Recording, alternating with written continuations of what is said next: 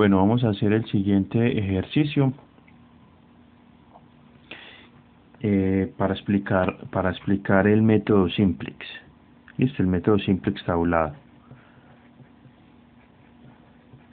Entonces tenemos la siguiente función objetivo, que es esta de acá, ¿cierto?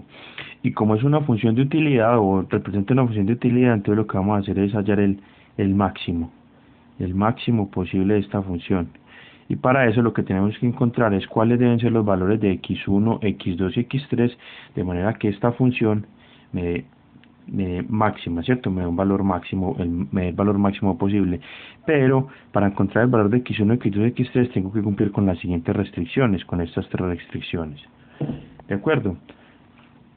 Entonces, este método, para yo resolver un ejercicio por el método simplex, lo que tengo que hacer inicialmente es deshacerme de las desigualdades que hay aquí formuladas, ¿cierto? Las restricciones están formuladas a partir de desigualdades. Entonces lo que yo debo hacer en principio es deshacerme de esta desigualdad. ¿Cómo lo hago?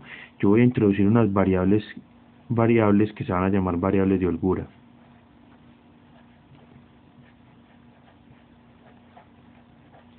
¿Y cómo se introducen? Pues muy sencillo. Yo tengo 2x1 más x2 más x3, ¿cierto? Y eso puede ser igual o menor que 180.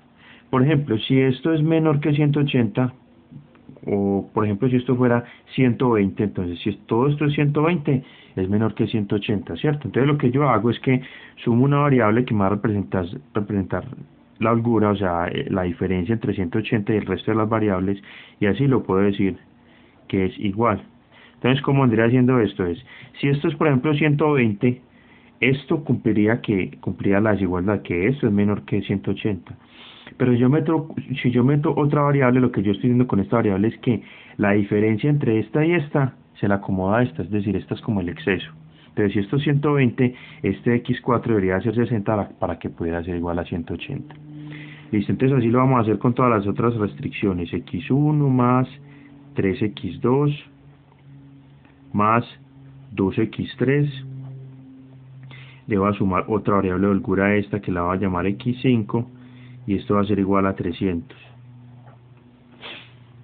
Y finalmente la otra ecuación dice 2x1 más x2 más 2x3, y le voy a sumar una variable de holgura que la va a llamar x6, y va a ser igual a 240.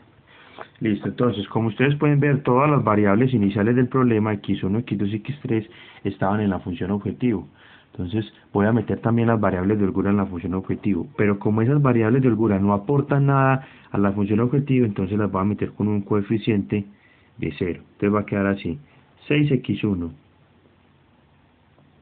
más 5x2 más 4x3 más 0